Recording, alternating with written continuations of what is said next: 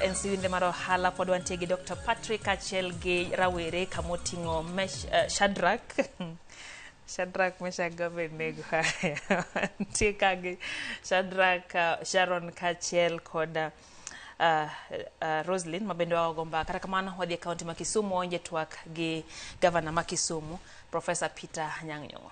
Nyamar Idil Fitr ma gitieko go dwe mar mogwedhi kaka chik mar Islam wacho kendo gibro bet gi bura maduong' gi president ka en kaeri mondo romb kodgi mondo olem kodgi mondo gin bende gigwedhe Kisumu ka. To mar ariyo wang'eyo ni tich makelo rais kama otegna ahinya en mondo oket mzee mar gero reru miluongo ni standard gauge railway mabiro wuok Narok to chopo Kisumu. To ang'eyo ni standard gauge railway kendo sirikal oseloso bura mpango maber ahinya biro dhi nyaka Malaba e borwa gi Uganda. To wan waparo ni kadi nyime kucha standard gauge railway ni nonego ger machop Juba in Sudan mondo jowa mano e Sudan ka bendo koro wabed go in contact mayot kwa idho gari to chopo mayot. Mano wawe ni kinde mabiro.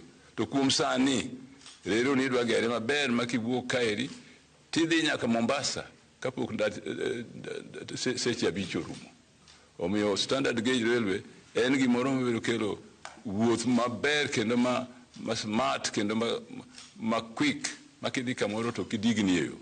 Omiyo gero kamano maduong' ahinya ni rais mar Kenya His Excellency Ruto kuom timo gima kamaeri kapod wangima kendo waneno. Omiyo kiny waikre uru mar wako welo Kisumu ka wach maduong' mokelo president maduong' ahinya keno mse migero go reru ma oa Narok kabiro nyaka ka maka wang' ni kidho reru kiyaka tidhi Mombasa chwe gi Samatin. Ero kucha auchiel awinjo kamano ni kiyaka eri kidhi Mombasa sejadi auchiel mano kudongruok to da kupam no ng'iyani. Okay. Oh yes, sure. My friend Maurice. Mheshimiwa Gavana. Mheshimiwa. Ladies and gentlemen of the press, I just want to add my voice on what His Excellency the Governor has said about the visit of His Excellency the President, Dr. William Samoei Ruto, which is starting tomorrow, Saturday and Sunday activities in Kisumu County. Mine is to welcome him during his stay here. Kisumu people are looking forward to meeting with him and also to present to him issues, if there are any, of development to enable Kisumu County to move to the next level and to work more closely with the government like any other county government in the region. Kisumu County is peaceful, and I would request our people to turn out in large numbers in almost all the activities that will be taking place in Kisumu. And we'll start with meeting with the Muslim communities tomorrow during the Eid prayers and I think a lunch with the President. Then the SGR groundbreaking on Saturday and the rest of other activities that are lined up.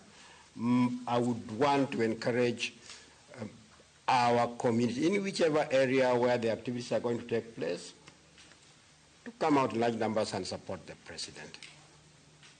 And we are looking forward to his visit, and we welcome him more than 100% because he's coming to this region for a purpose, and that purpose is development.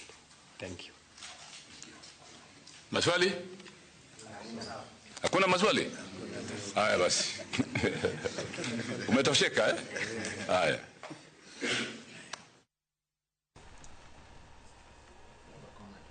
Koramga jong mano en twak gi Gavana ma County ma Kisumu Professor Peter Anyang Nyong'o. Ing'eyo ni nwanyisi ni jatend piny ntiere gi chenro mar donjo Kaluo kendo dhi bedo kod romo Kisumu, Homa Bay, Migori kaachiel kod Siaya. En limbe ma bende dhi timore kono